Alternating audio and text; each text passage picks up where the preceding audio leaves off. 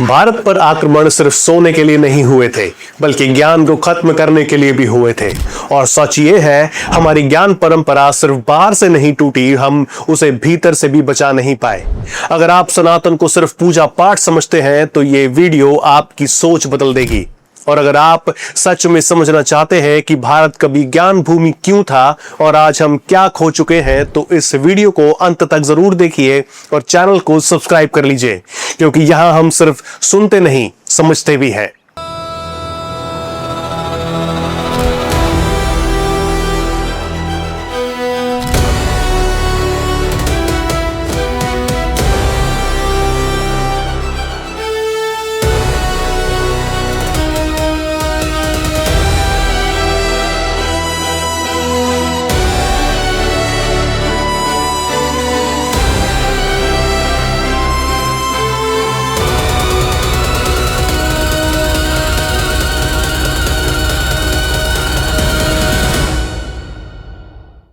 अब जरा कल्पना कीजिए, हम एक शांत स्थान पर खड़े हैं। चारों तरफ विशाल भवन, हजारों पांडुलिपियां, विद्यार्थियों की धीमी आवाजें, गंभीर चर्चा, तर्क, बहस, और कोई सत्य खोज रहा है, कोई ब्रह्मांड समझ रहा है, कोई भाषा को तोड़कर उसकी संरचना देख रहा है, कोई शरीर को समझ रहा है, कोई आत्मा को।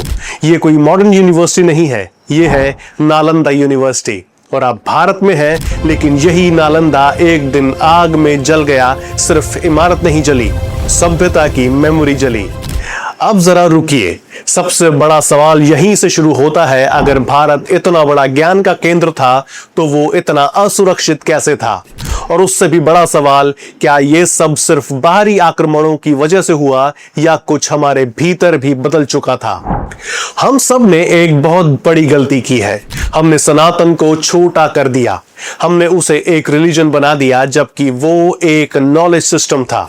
सनातन का मतलब ही है जो हमेशा है, और जो हमेशा है वो क्या है?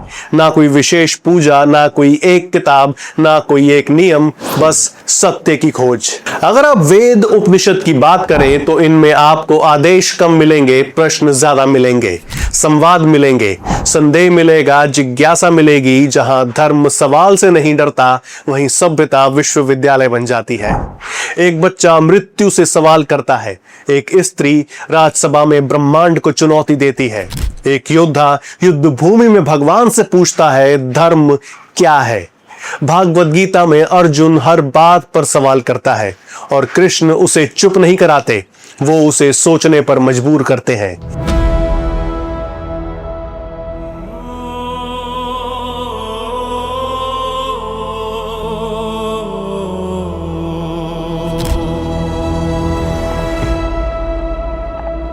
जय श्री राम, जय श्री राम, जय श्री राम, जय श्री राम,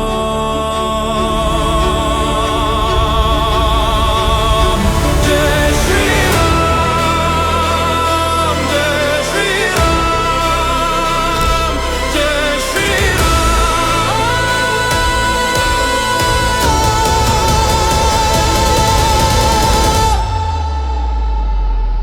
याद रखिए, जिस परंपरा में भगवान से भी प्रश्न पूछे जा सकते हो, वो परंपरा कमजोर नहीं होती।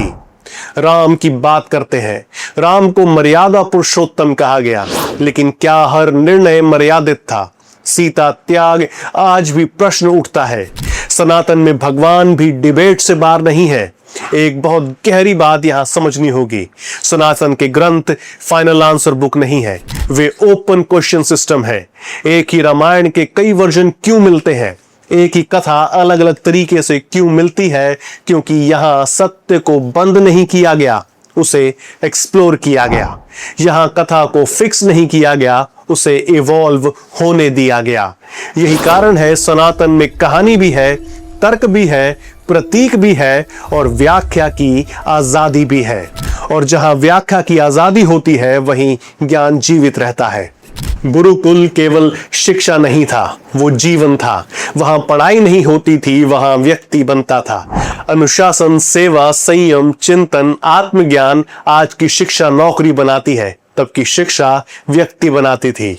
नालंदा यूनिवर्सिटी तक्षशिला यहां दुनिया पढ़ने आती थी। क्यों? क्योंकि यहां सवाल पूछ सकते थे, डिबेट कर सकते थे, अलग अलग विचार साथ रह सकते थे। दुनिया भारत क्यों आती थी?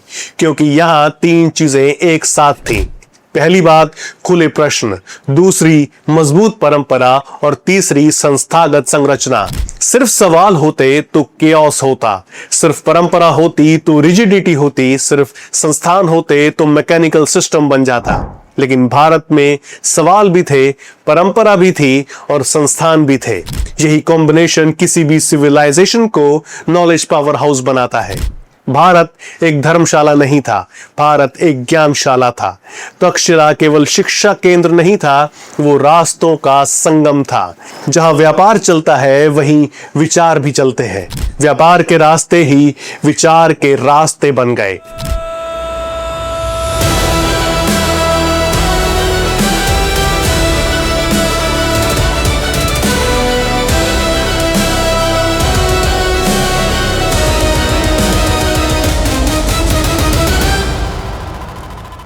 तो चलिए बात करते हैं कश्मीर की। कश्मीर शारदा पीठ और कश्मीर शैव दर्शन के कारण प्राचीन भारत का एक प्रमुख ज्ञान और दर्शन का केंद्र था।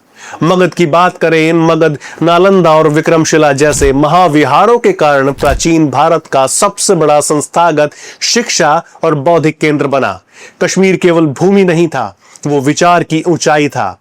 बात करें विज्ञान की तो सूर्य सिद्धांत, आर्यभट्ट, सुश्रुता, हाँ सब परफेक्ट नहीं थे। चाहे वो धरती और चांद की दूरी हो, लेकिन सवाल उस समय उठे थे जो कि मॉडर्न साइंस से बहुत पहले था। लेकिन सवाल बहुत आगे के थे। महानता उत्तर में नहीं थी, महानता सवाल में थी। भारत पर आक्रमण हुए, संपत्ति, व्यापार, सत्ता और कई बार संस्कृति पर। लेकिन सच ये है, आक्रमण ने केवल वही गिराया जो अंदर से पहले ही कमजोर हो चुका था। कल्पना कीजिए, हजारों ग्रंथ, शांत गलियारे और फिर आग।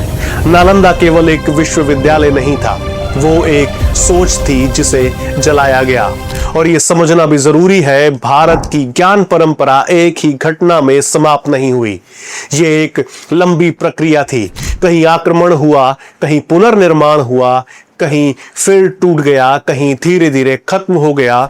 नालंदा सिर्फ एक बार नहीं टूटा, ज्ञान सिर्फ एक बार नहीं बिखरा, ये बार बार हुआ। और हर बार कुछ बचा और हर बार कुछ खो गया। यही कारण है आज हम फ्रैगमेंट्स देखते हैं, पूरी कंटिन्यूटी नहीं। अब एक कठिन बात जिसे हम अक्सर टाल देते हैं, अगर केवल आक्रमण ही कारण होते तो भारत हर बार वापस पहले जैसा उठ जाता। लेकिन ऐसा नहीं हुआ। क्यों? क्योंकि भीतर कुछ बदल चुका था। ज्ञान धीरे धीरे सीमित होने लगा, सवाल पूछना कम होने लगा, परंपरा को समझने की जगह उसे निभाने का दबाव बढ़ने लगा। और सबसे बड़ा बदलाव, योग्यता से ज्यादा जन्म महत्वपूर्ण होने लगा। जब ज्ञान खुला होता है, सभ्यता मजबूत होती है। जब ज्ञान बंद होता है, सभ्यता फ्रेजाइल हो जाती है। आक्रमणों ने चोट दी, लेकिन भीतर की कमजोरी ने हमें गिराया।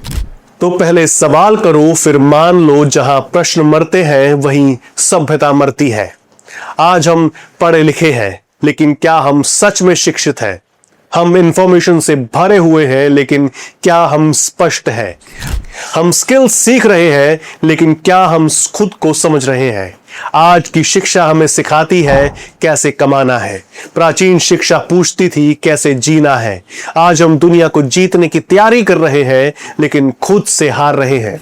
और शायद यही वो गैप है जो हमें समझना होगा। भारत महान इसलिए नहीं था कि यहां धर्म था, भारत महान इसलिए था क्योंकि यहां ज्ञान को धर्म माना गया। नालंदा जला था, लेकिन असली सवाल ये नहीं, असली सवाल ये है, क्या आज हम अपने भीतर के नालंदा को खुद जला रहे हैं?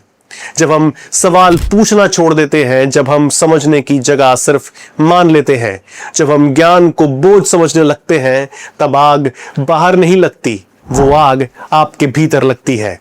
और जो भीतर जलता है उसे कोई इतिहास बचा नहीं सकता।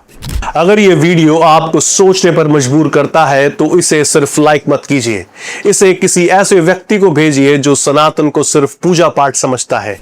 और कमेंट्स में लिखिए, भारत को फिर से ज्ञान भूमि बनाने के लिए सबसे पहले क्या बदलना होगा।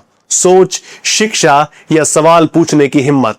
परंपरा वही जीवित रहती है जो प्रश्नों से डरती नहीं। और इसी के साथ दोस्तों, मैं हूं तरुण और यह था आज का तत्व, वो भी सनातन और शिक्षा के बीच संबंध जानने के लिए। अगर वीडियो आपको पसंद आई तो उसे लाइक करें, दोस्तों के साथ शेयर करें और उस जरूरतमंद दोस्त के साथ तो जरूर शेयर करें। और आप भी मेरी तरह अगर सच्चे सनातनी है तो इस चैनल को अभी के अभी सब्सक्राइब कर लीजिए। अगली बार तक के लिए नमस्कार, जय सनातन।